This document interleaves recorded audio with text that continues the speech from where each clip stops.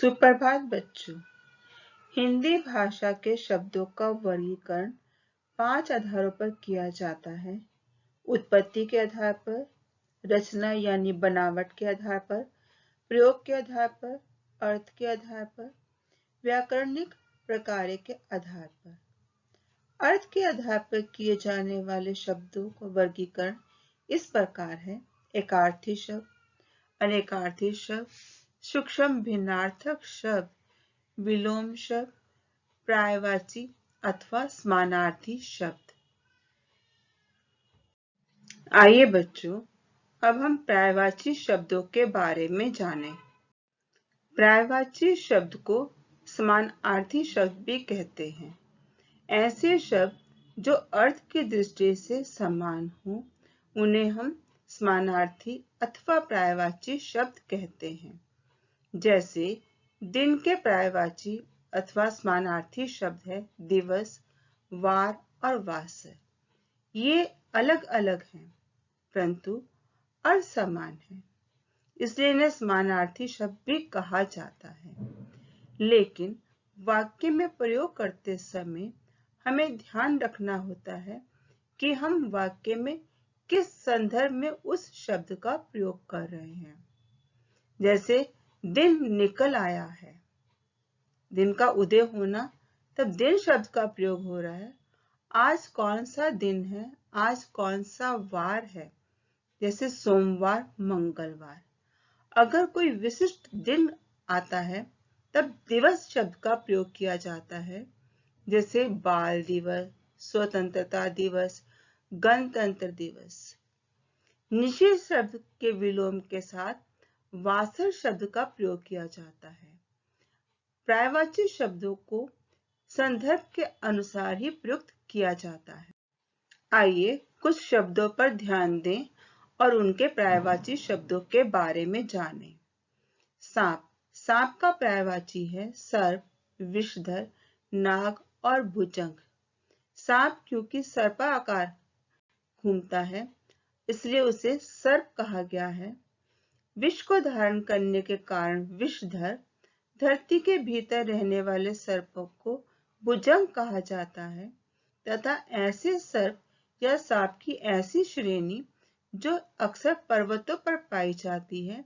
नग अर्थात पर्वत, नग पर पाए जाने के कारण उन सांपों को नाग कहा गया है। मेघ।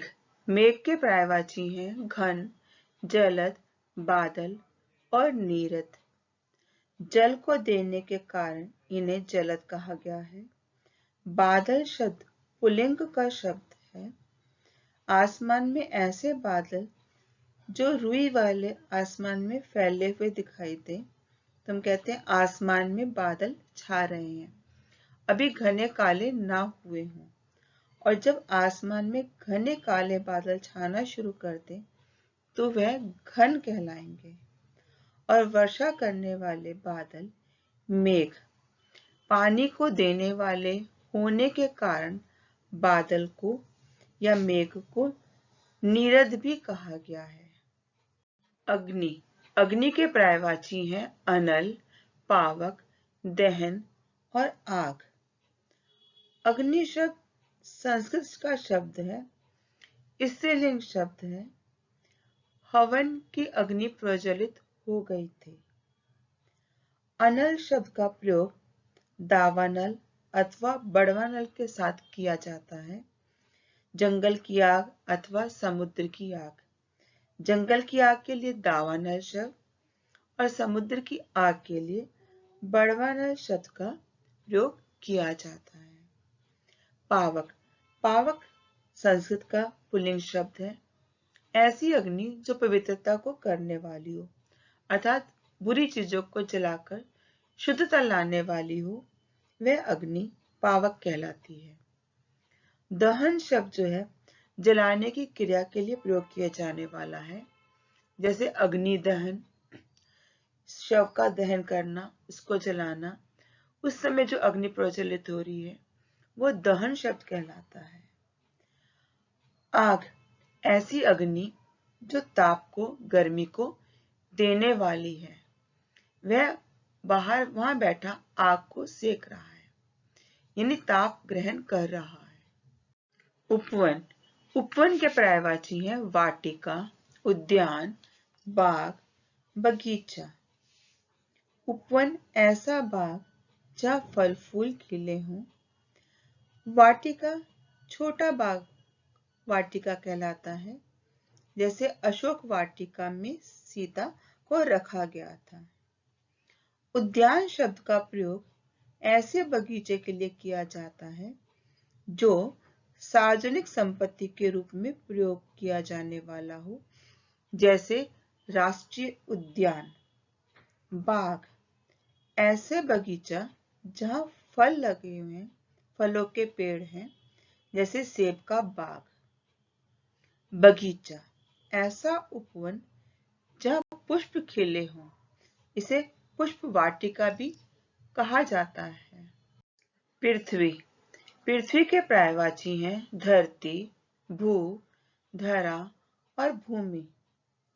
पृथ्वी हमारे सौर मंडल का तीसरा सबसे सुंदर ग्रह है।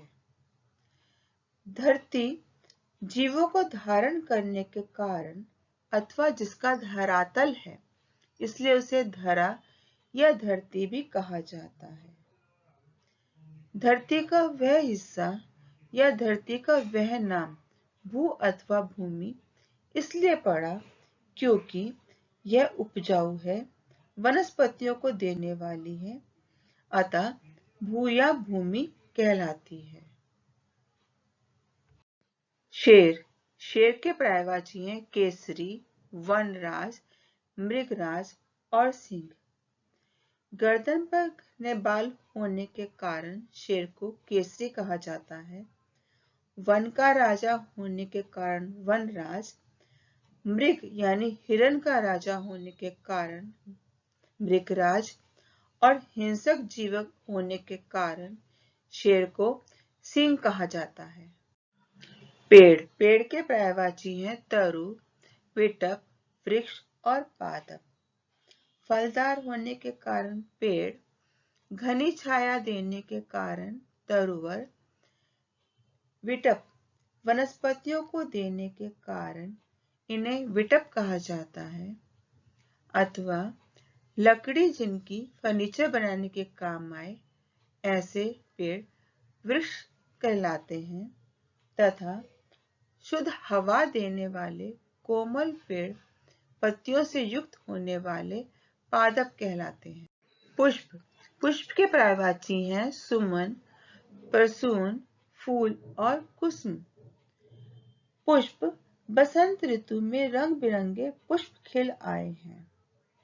सुमन, सुमन ऐसे फूल जो बाद में अनाज अथवा खाद्य पदार्थों को देने वाले बने।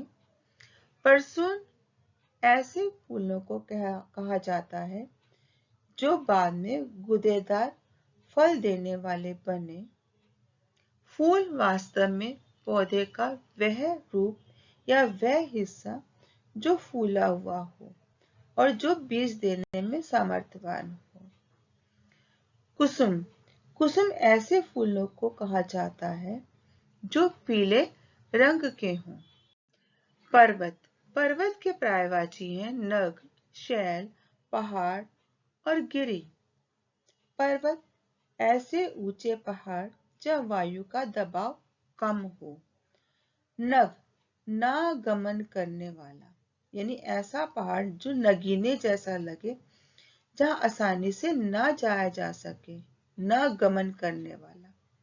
शैल ऐसे पहाड़ों को कहा जाता है जो कठोर पथरीला है, जैसे ग्रेनाइट जैसे कठोर खनिज जहां से प्राप्त हो। पहाड़ पृथ्वी के उस हिस्से को कहा जाता है जो ऊंचा उभरा हुआ है, पृथ्वी के तल से बहुत ऊंचा, और जो पत्थर और चूने जैसी चीजों से बना हुआ हो। गिरि ऐसे पर्वत को कहा जाता है जो किसी न किसी चीज से आच्छादित हो, ढके हों, जैसे मल्लेगिरि पर्वत जो चंदन की सुगंध से आच्छादित रहते हैं। ऐसे ही उदयगिरि जहां से सूर्य का उदय हो, उदयगिरी। चांद, चांद के पर्यायवाची हैं चंद्र, इंदु, चंद्रमा और शशि। चांद पृथ्वी का उपग्रह है जो सूर्य के चारों ओर चक्कर काटता है। ईश्वर, ईश्वर के पर्यायवाची हैं जगदीश, परमेश्वर, प्रभु और भगवान। जगत के ईश स्वामी होने के कारण जगदीश परम ईश्वर यानी सबसे श्रेष्ठ। परमेश्वर, बड़ों के लिए संबोधक सूचक शब्द प्रभु, भाग्य को देने के कारण भगवान। पुत्र, पुत्र के पर्यायवाची हैं बेटा, आत्मज, सुत और तन्ने। पुत्र, नर संतान, स्वयं के संतान के लिए। बेटा शब्द किसी भी कुमार के लिए आत्मीय सूचक शब्द है, संबोधन का शब्द है। खुद का जाया हुआ आत्मीय जन होने के कारण आत्मज तथा शूद्र जाति की संतान नर संतान सुत कहलाती है और तन से जाया होने के कारण इसे तन्ने भी कहा जाता है। प्रातः, प्रातः के पर्यायवाची हैं अरुणोदय, भोर, प्रभात और सुबह। आसमान में लालिमा छाने के बाद का समय अरुणोदय कहलाता है, जब सूर्य का उदय होने वाला हो। लेकिन सूर्य उदय होने से पहले अभी पो फटी नहीं है, कालिमा है, प्रभात का समय कहलाता है।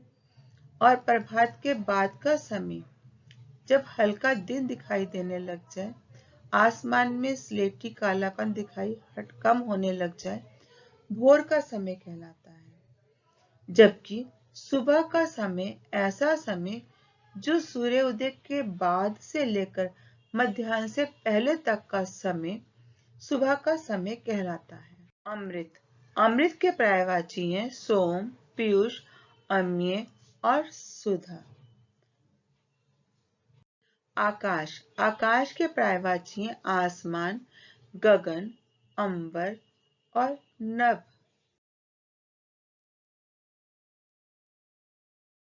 राजा, राजा के पर्यायवाची हैं भूपति, नृप और भूप। देश का प्रधान शासक होने के कारण राजा, पृथ्वी का स्वामी होने के कारण भूपति, नर का रक्षक होने के कारण नृप और भू धरती का रक्षक होने के कारण भूप कहलाता है। जंगल के पर्यायवाची हैं अरण्य, वन और कानन। ऐसा स्थान जहां वनस्पतियां और वृक्ष अपने आप उग आए हों, जंगल कहलाता है। ऐसा वन जिसको बनाया जा रहा है, जिसमें प्राणियों को सुरक्षित रखा जा रहा है, जैसे अभयारण्य। कानन, ऐसे वन जो लताओं से आच्छादित हों, ढके हों। अतिथि, अतिथि के पर्यायवाची है मेहमान, अभ्यागत, आगंतुक। जिसके कोई आने की तिथि ना हो, ऐसा मेहमान अतिथि। जिसे आमंत्रित करके बुलाया गया हो, ऐसा जन मेहमान कहलाता है। और ऐसा अतिथि जो निकट सामने उपस्थित हुआ है और जिसके स्वागत के लिए हम तत्पर हैं, अभ्यागत। बाहर से आया हुआ अनजान व्यक्ति, आगंतुक। खग के पर्यायवाची हैं पक्षी, नभचर, पखेरु। पंखों से युक्त होने के कारण इसे पखेरु और नभ में विचरण करने के कारण नभचर कहा जाता है। सरोवर, सरोवर के पर्यायवाची हैं तालाब, जलाशय और तड़ाग। महादेव, महादेव के पर्यायवाची हैं त्रिलोचन, महेश्वर, शंकर। तीन लोचन होने के कारण, लोचन अर्थात नृत्य, आंखें, तीन आंखें होने के कारण इन्हें त्रिलोचन कहा गया है। देह, देह के पर्यायवाची हैं काया, क्लेवर, शरीर। जो शरीर का ऊपरी ढांचा है, व्यायाम से, योग से शरीर में परिवर्तन हो रहा है, कायाकल्प कहलाया, उसने व्यायाम से अपना कायाकल्प कर लिया, यानी बाहरी ढांचे को उसने ठीक किया, स्वस्थ किया। सिर से लेकर पांव तक के समस्त अंग शरीर के अंग कहलाएंगे। कलेवर शब्द भी काया के लिए ही प्रयुक्त किया जाता है। प्रकाश। प्रकाश के पर्यायवाची हैं रोशनी, आभा, ज्योति। ऐसा प्रकाश जो सूर्य से मिलने वाला है, जिसके उदय होते ही सब तरफ रोशनी फैल गई। प्रकाश की ऐसी किरण जो ज्वलित है, आभा से युक्त है, कांति से युक्त है, आभा कहलाता है। ज्योति। ज्योति का प्रयोग अधिकतर दीपक की लौ के संदर्भ में किया जाता है। दीपक की लौ से निकलने वाला प्रकाश ज्योतिपुंज कहलाता है। पत्नी। पत्नी के पर्यायवाची हैं भार्या, अर्धांगिनी, धारा। भार्या शब्द जो है स्त्रीलिंग शब्द संस्कृत से आया है। सहधर्मिणी होने के कारण पत्नी को अर्धांगिनी भी कहा गया है। दार शब्द जो है अधिकारी के लिए प्रयोग किया जाता है। कोई किसी विशिष्ट पद का अधिकारी हो उसे दार कहा जाता है, और उसकी पत्नी के लिए दारा, जैसे सरदार से सरदारनी है। अगला शब्द आता है जग। जग के पर्यायवाची है संसार, जगत, लोक। वह भूमंडल जहाँ सारे प्राणी रहते हैं, जग। जो निरंतर गतिशील है, संसार। इस संसार में लोगों का आना जाना लगा रहता है, अर्थात किसी ने जन्म लिया है, कोई अन्य मृत्यु को प्राप्त हो रहा है, निरंतर ये क्रम चलता रहता है, गतिमान रहता है, अतः संसार शब्द का प्रयोग किया जाता है। जीव जगत रहने के कारण, जीवों को धारण करने के कारण इसे जगत कहा गया है। लोक शब्द जो है अक्सर प्रयोग किया जाता है, जैसे त्रिलोकी तीनों लोकों के स्वामी है। परलोक है, स्वर्ग लोक है या पाताल लोक है। ये तीन अलग अलग लोक शब्द का प्रयोग यहाँ किया जाता है। किनारा। किनारा के पर्यायवाची है तट, कूल, कगार। किनारा किसी भी ऐसी चीज का, वो वस्तु, उसकी लंबाई चौड़ाई का जो अंतिम हिस्सा है वो किनारा कहलाता है। नदी का किनारा कह सकते हैं हम। धोती या चादर का जो बॉर्डर है वो भी किनारा शब्द ही उसके लिए प्रयोग किया जाता है। तट। नदी का ऐसा किनारा या जलाशय का ऐसा हिस्सा जहाँ की जमीन गीली है, ऐसा वाला जलाशय का किनारा तट कहलाता है। नदी का वो किनारा, वो हिस्सा जो पेड़ों से युक्त भी रहे, कूल कहलाता है, जैसे यमुना के कूल पर कदम के पेड़ थे। कगार। कगार ऐसे समूह को कहा जाता है जो बिल्कुल हाशिए पे है, समाप्ति पर है। वह इस समय मृत्यु की कगार पर है, मृत्यु के निकट पहुंच चुका है। कगार अंतिम छोर के लिए प्रयोग किया जाता है। पति। पति के पर्यायवाची हैं स्वामी, मालिक और भर्ता। पवन। पवन के पर्यायवाची हैं वायु, हवा, अनिल। मंद मंद गति से चलने वाली हवा समीर जहाँ कहलाती है, वह ऐसी हवा जो प्राणों को देने वाली है, प्राण वायु कहा जाता है। तेज गति से चलने के कारण इसे पवन कहा जाता है, और आग को भड़काने के कारण अनिल कहा गया है। प्रेम। प्रेम के पर्यायवाची हैं प्यार, स्नेह और अनुराग। माता पिता के प्रति प्रेम, छोटे बच्चों के प्रति स्नेह अथवा अनुराग। इस